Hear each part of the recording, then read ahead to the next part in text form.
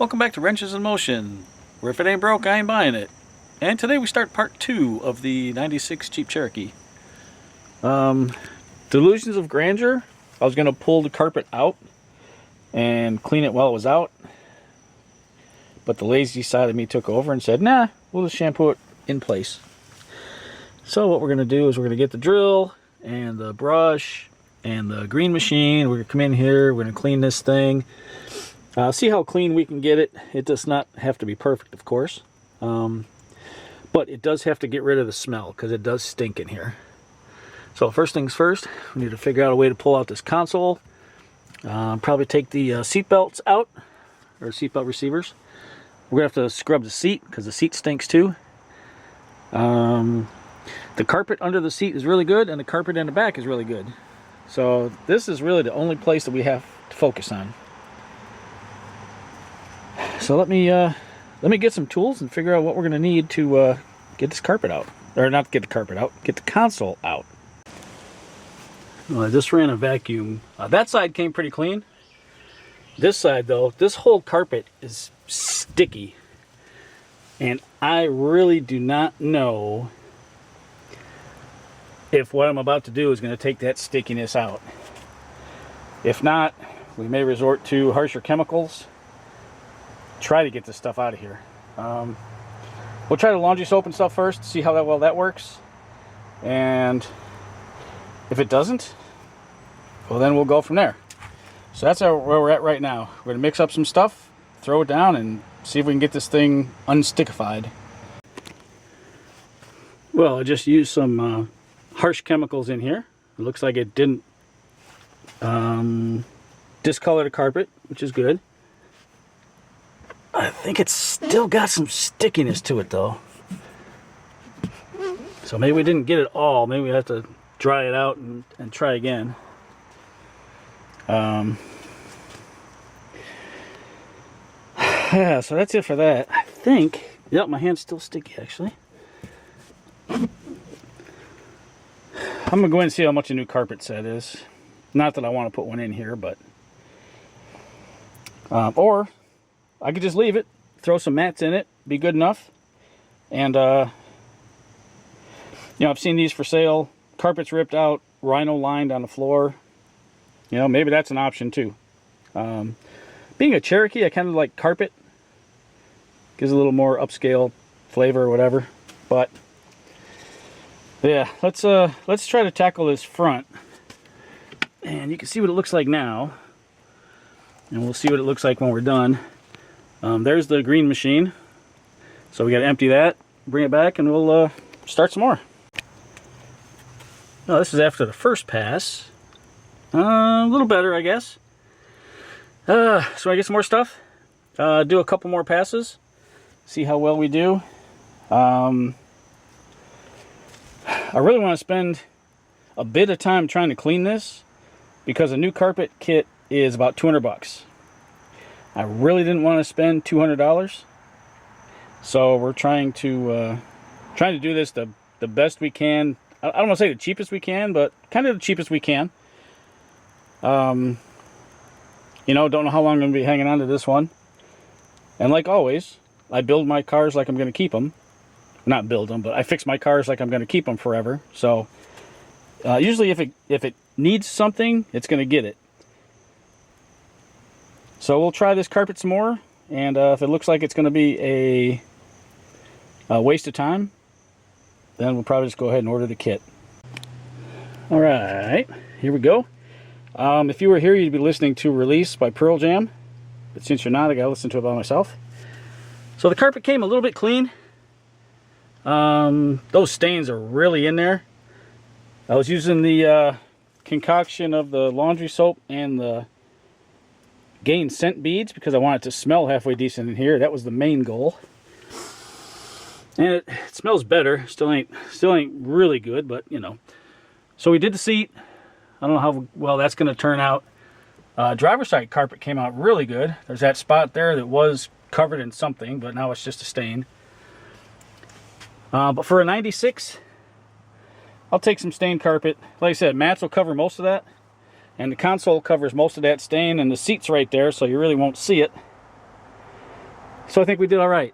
We pulled the headliner down, and one of these days the project is going to be to take out the sound bar, take out the carpet, or not the carpet, the cardboard, clean all that up, put a new headliner in it, I think.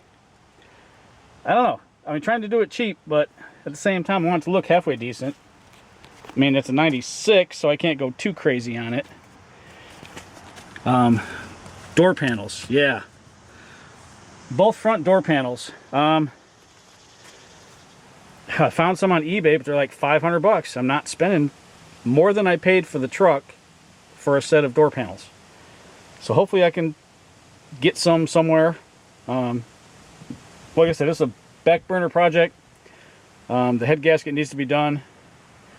I really want to finish up the pilot first, but you want to keep putting stuff in front of that, so who knows, this might be next. Oh, actually, what's going to be next is the CL that used to be my car, now it's mine again. It will not shift third, fourth, fifth, sixth, or reverse. It will only shift first, second, and I think the cable that controls the side-to-side motion for the gates, I think something's messed up with that. So we're going to be looking at that. Anyway, for the Jeep, I did find a junkyard. It's got the fender, the header panel. I think it's even got the bumpers, but I don't know if I want to go that far, because I put a new fender on it and a new header panel. I'm probably going to want to paint it, and I still don't have a compressor. My paint gun's still torn apart. I got to try to clean that and put back together. We'll see how that works. And I just don't know if I'm interested in doing all that work to this. It would look nice painted, but at the same time, it's a 96. So we'll let it sit for a little bit. And well, it smells like clean and used French fry oil. So we didn't get rid of the smell altogether, but it smells a whole lot better. I think once we do the headliner, I think it's going to smell a real whole lot better. And then over here, I just did the seats again. Before I had just power washed them. This time I actually used the soapy concoction, and hopefully they smell better. Oh yeah, they smell good. So if I don't like the way the seats look with the stains and stuff, they do make seat covers, and at least they'll smell good. Well, the first thing I think I want to do is pull the valve cover off, and then take the bridges and the push rods out. Make sure the push rods aren't bent. I'm going to take the spark plug wires off, so I'm probably going to get something to label those. I mean, probably don't need to, because we got the firing order right there. Okay, I got plug wires off. These two bolts here for the spark plug holder, and we got this thing here, which is supposed to hold our heater hoses, which are just looped around. So we do have the new valve, so we'll be putting that in and then running our heater hoses the right way. Yay for doing things right. And I had to get my standard socket set because these are not metric. So these are 7/16, which I'm sure the valve covers are as well. Yep. Okay. And then over here, we got to undo these two bolts because they're bolted to the intake. I'm going to try to take the intake and exhaust off with the head. So we got some electrical things to disconnect, some vacuum things to disconnect. I want to pay attention to this right here, which goes to the top of the valve cover. That's probably fuel pressure sensor back there. That's just a holding spot for that.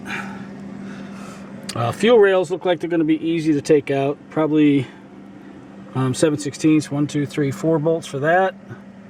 Take out the fuel rails and the injectors, because those are not going with it. Throttle body looks pretty easy. We'll probably take the throttle body off and That might be it. I got this one here.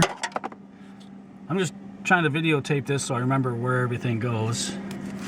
I hope that goes to the back of the head. We can take that off easy enough, that grounding strap right there.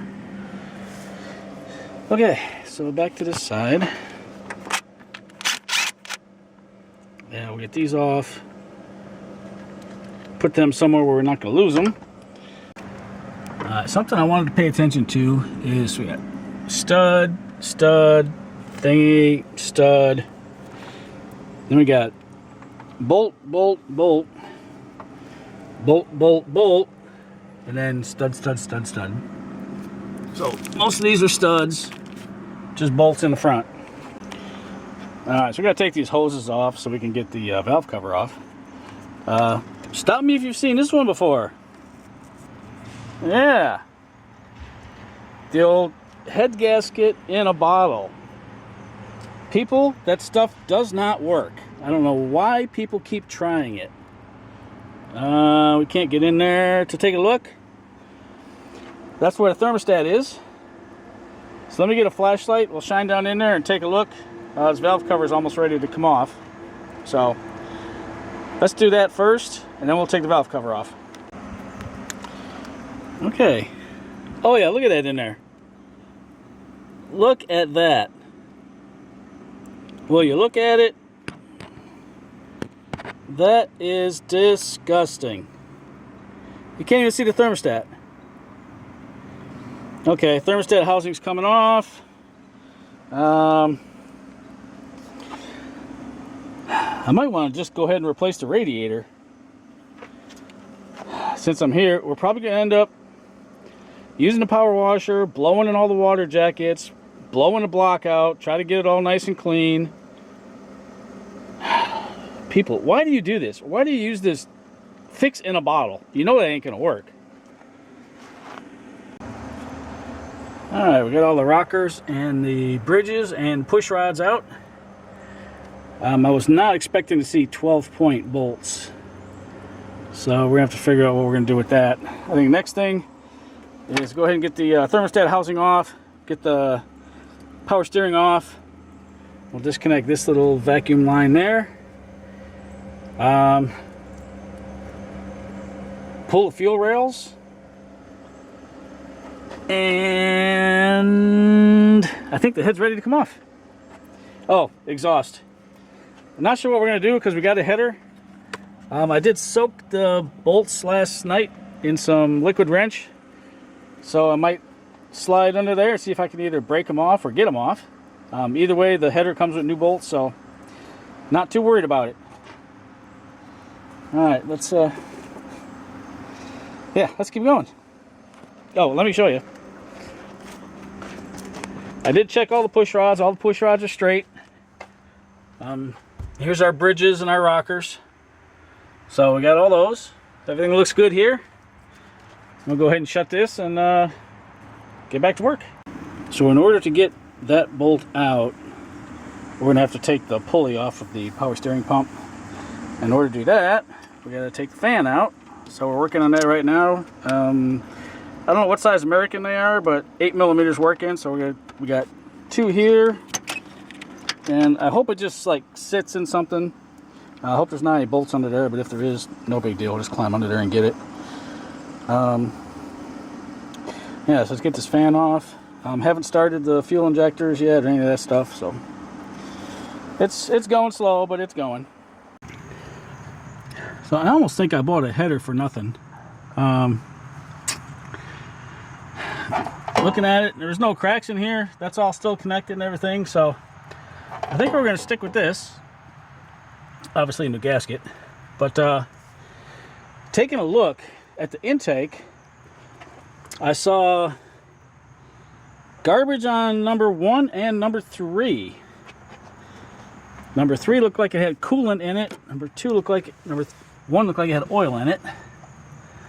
So there's number 1. Number 2's got something in it. Number 3's definitely got coolant in it. I can see that. 4, 5, and 6 look okay. So I'll bet the problem is in the front part of the head gasket here. And while I was in there, found an extra power steering cap, just kind of laying way down in there. It's obviously got one right there, so spare parts. Let's see if we can find the right size 12-point socket. Get these head bolts out. Alright, got all the head bolts out. This one here looks like it's got some sort of Permatex or something on it. Probably goes into a water jacket. But we got all those. And then I did end up breaking that little sensor in the back. Son of a gun. I was trying so hard not to do that. Down this side we got bolt, kind of stud, bolt, bolt, bolt, studish, and bolt. So that should be... No, it's not everything. We got this right here we got to take out. And then that might be everything. We might see if we can get it loose off the block before we take that off. Or we might not. I don't know. Excuse me. Any bets? I'm betting we see clean cylinders or clean pistons on number 1 and 3. Meaning the head gasket went in 2 different places. Or maybe it went in 1, 2, and 3. But I haven't pulled the plugs out to look at them. I'm not cheating. There they are. You still see they're all in there. But I'm suspecting that 1 and 3 are going to be nice clean pistons, which is indicative of water intrusion. So let's get that one bolt out and let's see if we can get this head broke off. Alright, well the head's off and I don't have any good discoveries. I looked at the head gasket, it looks intact. Cylinder number 3 is terrible. All the rest of them look good. Maybe cylinder 6, we'll have to crank it over a little bit. Well, cylinder 3 has definitely got really bad scoring, rust pitting, I mean. It could probably come out, but that makes me wonder about the head. Is it cracked? Well, let us take a look.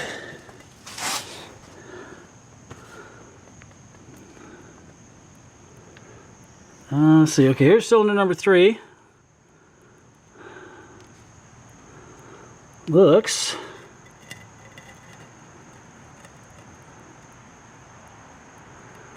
you know what? If I was a betting man, I'm going to guess it's cracked right through here. So let me get a wire brush and some brake cleaner. We'll clean it out. And no need, I could already see the crack. So I got a cracked head.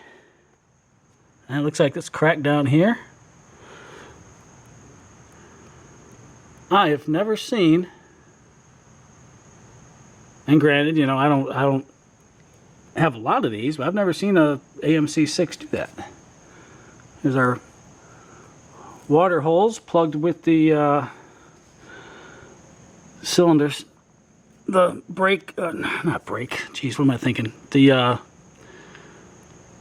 head gasket in a bottle, that's what I'm thinking. All right, let's get this cleaned up, take a better look at it, and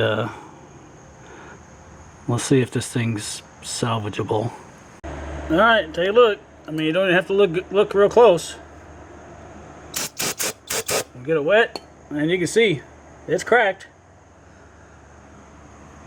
All right, so no need to go any further with this head or this engine. I think this engine's gonna be done. I think it's time to look for a new engine. But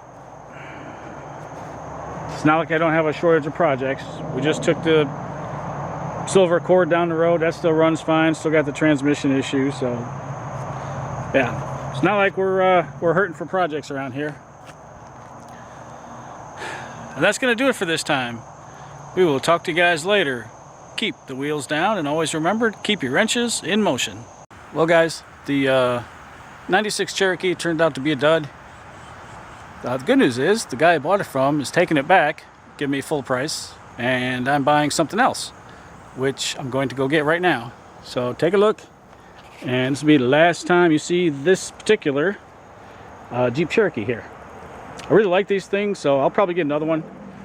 But this one here, I'm not going to put an engine in it, even though I probably should, because the price was right. So I took the alternator out, serpentine belt, cluster, the senders for the oil pressure and water temperature.